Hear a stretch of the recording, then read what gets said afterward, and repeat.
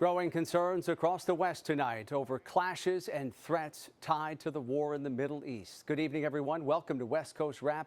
I'm Alex Savage. Tonight, authorities in Southern California are offering new details about the death of a Jewish man involved in an altercation during dueling protest over Israel's war with Hamas.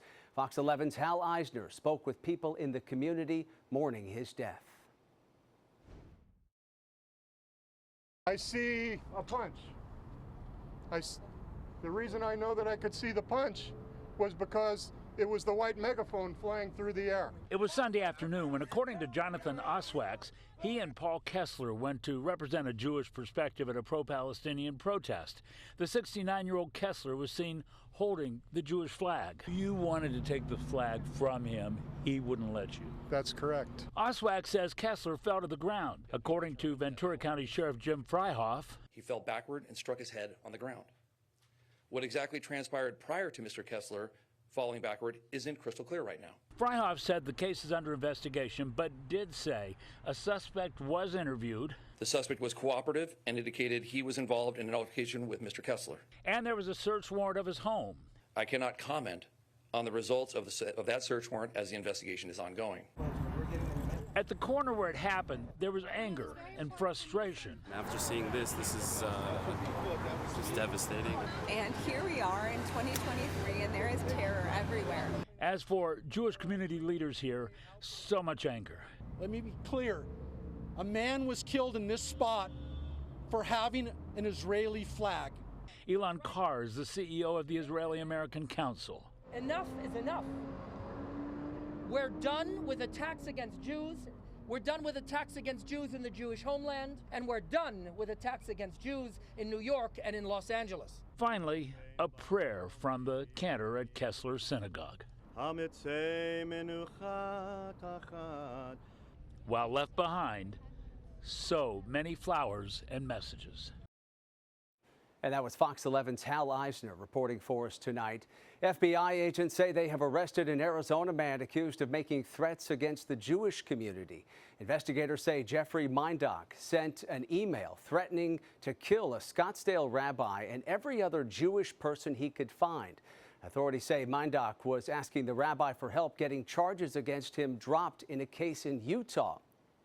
According to the Huffington Post, investigators believe Mindock has been influenced by the ongoing war between Israel and Hamas. He's facing one count of making interstate threats. White House Press Secretary Karine Jean-Pierre said today President Biden is concerned about the growing number of cases involving threats of violence related to the conflict in the Middle East. I can speak to how FBI is tracking an increased volume. I can speak to the frequency of threats that we're seeing to the Jewish community, to the Arab American community, to the Muslim communities in the United States since October 7th. That is something that I can speak to, and obviously DOJ and FBI are working with local law enforcement on those threats. And of course, that is deeply concerning to us, and so that is what we're going to work on, focusing on that. The Justice Department's Community Relations Service is providing support to Jewish, Muslim, Arab, and other communities. An Arizona man has been arrested after a woman was found dead in the trunk of a car. Police in Huntington Beach, California, found the body of Christy Romero last night. Officers arrested her estranged boyfriend, Richard Rodriguez, who's from the town of Holbrook in northern Arizona. Police say the suspect's parents called police when he arrived at their home in Orange County. Rodriguez is charged with murder. In Las Vegas, a body was found near the campus of a middle school today. Police were called this morning to Kathleen and Tim Harney Middle School on the city's west side. Officers found a body on the corner of a nearby baseball field. Police are investigating the death as a homicide. The district temporarily moved classes today to a neighboring high school. A Las Vegas judge has set a trial in the Tupac Shakur murder case. Dwayne Davis will stand trial in June of 2024. He's the only person ever charged in Shakur's killing. The ex-gang leader briefly appeared in court today after pleading not guilty last week.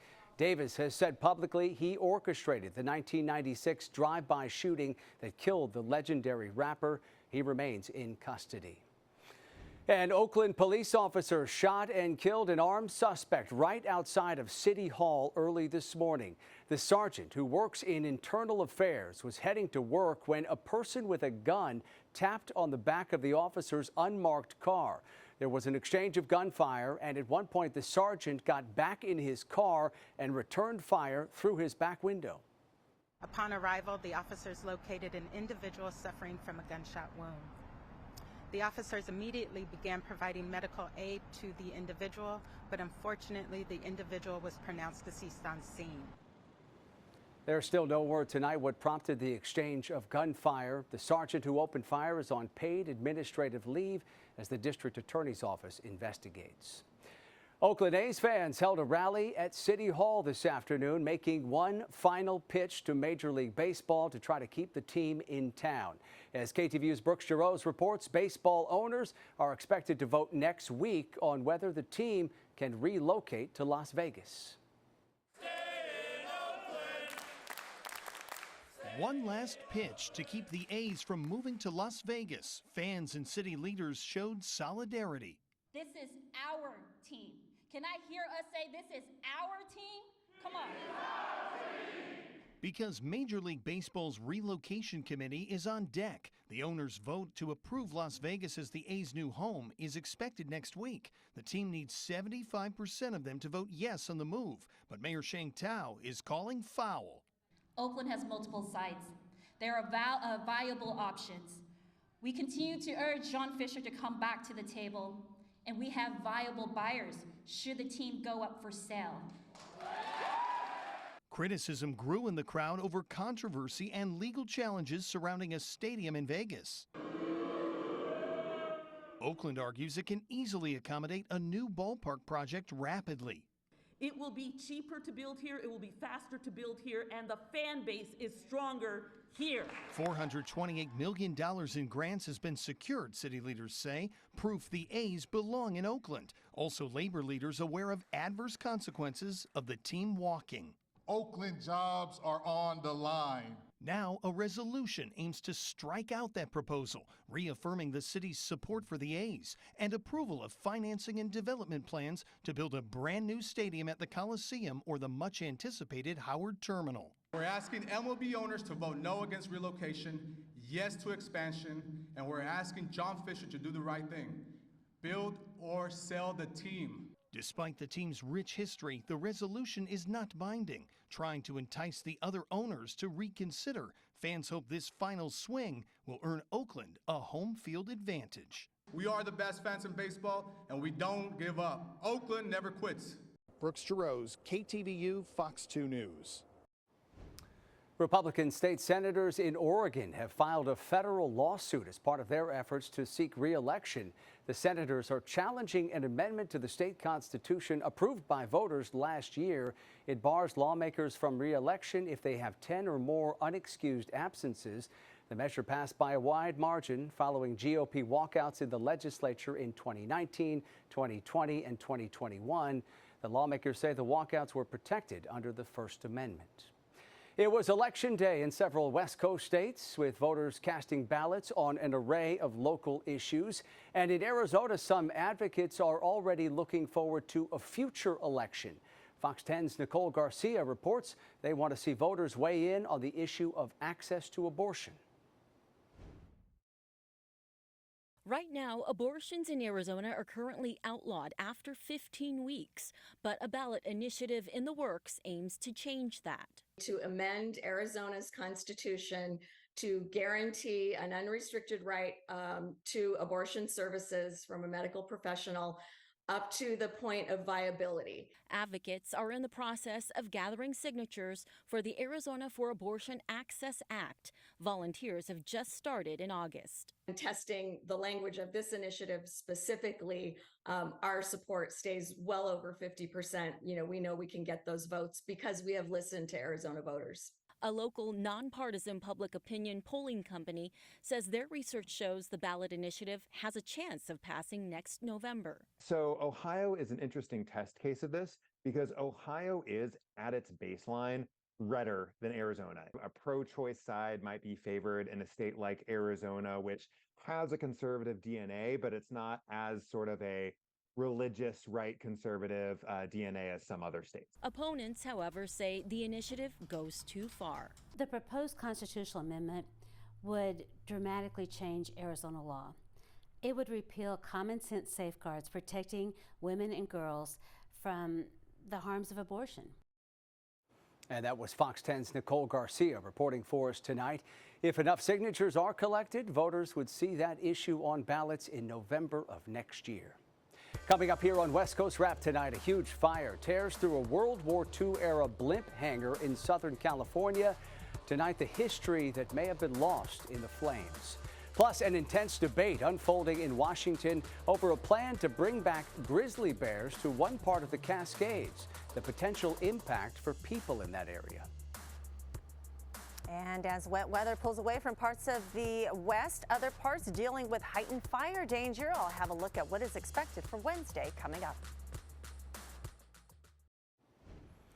A union representing tens of thousands of hospitality workers in Las Vegas says it is entering a final round of contract talks with resort casino operators. The culinary union is meeting with Caesars Entertainment today. It will meet with MGM Resorts tomorrow, and final talks with Wynn Resorts are set to happen on Thursday. If no contract deal is reached by Friday morning, union members do intend to walk off the job. The union strike deadline is just days before the start of Las Vegas's Formula One Grand Prix racing event. Several days of racing are expected to bring more than 100,000 visitors to the city. Union members are asking for better wages, benefits, and job protections. In Southern California, the future of an historic World War II era blimp hangar is uncertain tonight after a huge fire early this morning. Fox 11's Mario Ramirez spoke with people in that community who worry they are on the verge of losing a piece of history. I heard a bunch of helicopters circling around this morning, and I just looked out my bedroom window. I saw the hangar on fire. It's just a little scary sight. The two Tustin blimp hangars built during World War II have been called the Titans of History, featured in prominent films and TV shows for decades. It's just a heartbreak to see that it's in this type of condition after it's been here for such a long time. So it's heartbreaking. Owned by the Navy, they're two of the largest wooden structures in the country. I heard that the hangar was on fire, so I got immediately in my car and rushed over and I saw it. And why are you so emotional? Because these are historic. They mean a lot to Tustin and Irvine. They're beautiful, and I know they're not going to try to save them. Every time I drive by here, I live a mile away, I love these hangars. They mean so much to our town. The north hangar nearly burning to the ground. It started as just at the top. It was just the top was in flames, and then the whole side kind of lit up and has all started collapsing. I've been watching it for like the past 2 hours. It had watched like the whole wall collapse. It was kind of crazy, but I've never seen anything like it. The blaze was reported just before 1 a.m. at the 17-story high hangar burning in the former Marine Corps Air Station in Tustin. I actually heard about it on a Facebook post, and I just wanted to come out and see if it was actually happening, because it's such an important part of our history here. It's so sad. I've been in Irvine, Tustin my whole life, and to see this burn down is like such a monument for the area. I mean, it's such an icon to see this like go down. It's crazy. It's really sad, honestly, to know that this has been here for as long as it has been, and it can be taken out just as something as simple as fire, and it makes you wonder like what started it. Orange County investigators are on the scene and say it could be days before they find out where or how the fire started. They add the former air station site is gated and locked. Reporting from Tustin, I'm Mario Ramirez, Fox 11 News. In Arizona, crews are continuing to battle a large wildfire about 100 miles north of Phoenix. What's being called the Made Fire has burned roughly 540 acres of rocky and rough terrain near the Apache Made Mountain. It started over the weekend, and investigators do believe it was human-caused. Fire officials say so far there is no containment on that fire. And those crews in Arizona, they are waiting for high winds to start to die down. These are live images tonight from Phoenix, where there have been strong gusts all throughout the day. For more, let's bring in KTVU meteorologist Rosemary Orozco, tracking conditions there in Arizona for those fire crews and across the West. Hi, Rosemary. Hi, Alex. The wind advisory for parts of Arizona allowed to expire just about 15 minutes ago or so, but already another wind advisory expected for tomorrow, lasting into Thursday. And those gusts could reach 45 miles per hour or so, which of course heightens the fire danger, not only for the desert Southwest, but Southern California also included. There's a wind advisory already in place stretching from Santa Barbara County through LA, and this will go until early tomorrow morning. The winds reaching 50 miles per hour or so. It could bring down the trees as well as power lines and bring on that possibility of fire danger. Right now, the wind is coming primarily from the north and from the west, but it is shifting northeast and into the overnight hours starting tomorrow. That northeast wind, what we also know as the Santa Anas, will heighten the fire danger. With that, there is a fire weather watch already expected to begin tomorrow, lasting into Thursday for those northeast winds, bringing the relative humidity down to 8% in some areas and the gusts up to 50 miles per hour. So when you have the dry conditions, the warmer conditions, and of course those winds, any type of fire that starts this time of year will grow rapidly. Here's a look at what is happening across the northern and the centralist part and south part of the West Coast today. The system that brought us some rain and snow over the higher elevations is pushing out, but in its wake we have that high pressure that is developing, and that's what's creating that pressure gradient that is bringing on those winds for areas of Southern California as well as the desert Southwest. Meanwhile, the Pacific Northwest and areas over California still watching as that moisture pulls away. Tomorrow is expected to be a dry day. Washington, Oregon will get a bit of a break as this moves into the Intermountain West and brings cool, soggy conditions to areas near Utah as well as Colorado. Areas over the Sierra, even an advisory for travel there as the snow levels were down to about 5,000 feet in some areas. That is winding down and pushing out in the advisory going along with it. So tomorrow, here we are with dry conditions expected over the west, and that will last at least a day or two before the next storm moves into the Pacific Northwest. Meanwhile, temperatures are expected to be really cool over areas like Seattle tomorrow, struggling in the 50s, San Francisco area in the 60s, and for California as well as the desert Southwest, we're talking about low 70s to low 80s. It's going to be a chilly one for the Intermountain West, areas like Colorado, only 45 degrees and soggy conditions. Alex? Rosemary, thank you. In Washington state, the U.S. government is considering a plan to bring back grizzly bears to the North Cascades. But as Fox 13's Lauren Donovan tells us, the public is split on this idea. At the end of the day, it's the federal government's decision, but folks here in Darrington, they don't want to take it lying down. At a recent public comment meeting, 200 locals showed up to voice their opposition to the reintroduction of the grizzlies, saying, hey, feds, we're the ones who have to deal with the bears. Well, the number one thing I think is the danger. I mean, we're going to live right here where the bears are eventually going to be. As Kevin Ash just pointed out, the feds want to reintroduce grizzly bears to the North Cascades. Smack dab within that 9,800 square miles sits Darrington. Locals argue historically, the bears were never here in any significant numbers on this side of the Cascades. Kevin is among the leaders of a grassroots movement here in town to keep the humpback predators at bay. Even Mayor Dan Rankin is backing it. He says the ecosystem is just not ready. When we bring back the salmon, that's the time that we can look at those other building blocks of that ecosystem that make sense. Members of the community complain livestock and game like elk and deer could suffer too. The biggest fear is your kids or somebody in your family gets mauled or, God forbid, killed by a grizzly. Kevin says recent headlines have left him unsettled. Not that long ago, a grizzly bear in Banff killed 2 experienced hikers and their dog. They're the apex predator. They fear nothing. Wildlife biologist Jason Knight acknowledged bringing back large carnivores into any ecosystem is a controversial move. But overall, he sees it as a net positive. There's enough habitat up there in the North Cascades, but I think it's also going to draw a lot more people into the North Cascades too. When you think about how many folks go to Alaska specifically to go see grizzly bears. Jason pointed out salmon isn't their prime target, grizzlies are more interested in berries and roots. He also says they've got a low reproduction rate, so let's say 25 are reintroduced.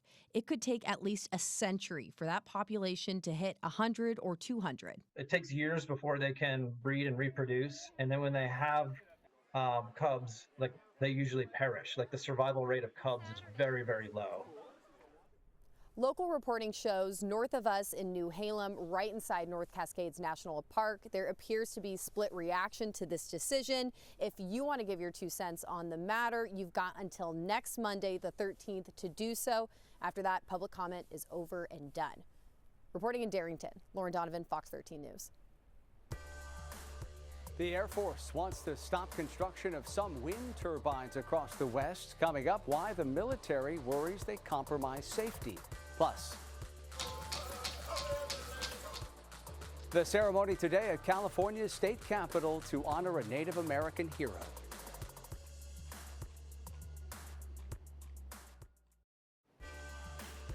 The Air Force is asking Congress to restrict further construction of wind turbines near its nuclear missile sites in Colorado, Montana, Wyoming, North Dakota, and Nebraska. The underground silos share space on private lands with the turbines.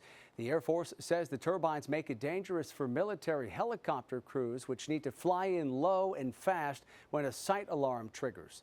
The Air Force wants Congress to pass legislation to create a buffer zone of 2 nautical miles around each of those sites. Employees of the California State University system held a rally in Long Beach earlier today, right outside of a Board of Trustees meeting.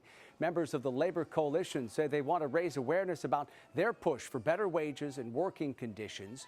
More than 1,000 Cal State employees say they will go on strike next week amid stalled contract negotiations. The planned strike involves 1,100 Teamsters union members at 22 of Cal State's 23 campuses. The workers include plumbers, electricians, HVAC technicians, auto mechanics, and locksmiths. The employees say their wages fall far below their counterparts at the University of California. A CSU spokesperson says all campuses will remain open during a work stoppage. Still no agreement in the actors' strike, despite SAG-AFTRA receiving what the studios call their last, best, and final offer. SAG-AFTRA told members it still disagrees on several essential items included in the offer, with artificial intelligence remaining a key sticking point. The Actors Union says it is determined to end this strike, but wants the right deal. A new monument was unveiled at California's Capitol today, honoring a hero of the native Miwok people. I'll count to 3. Hook, word, pahi. The bronze statue of the late William J. Franklin Sr. is in recognition of the Native American tribes who lived where the state capitol now stands in Sacramento. Franklin's daughter says her father fought to keep Miwok traditions alive, including dancing. I cried because I was so happy to see him here. He did a lot of good for the people in the community. The Franklin sculpture replaces a statue of Father Junipero Serra that was toppled back in 2020. For many Native people, the image of the founder of California Missions was a reminder of the atrocities inflicted upon their ancestors. That does it for West Coast Wrap tonight. We thank you so much for watching. Have a good night.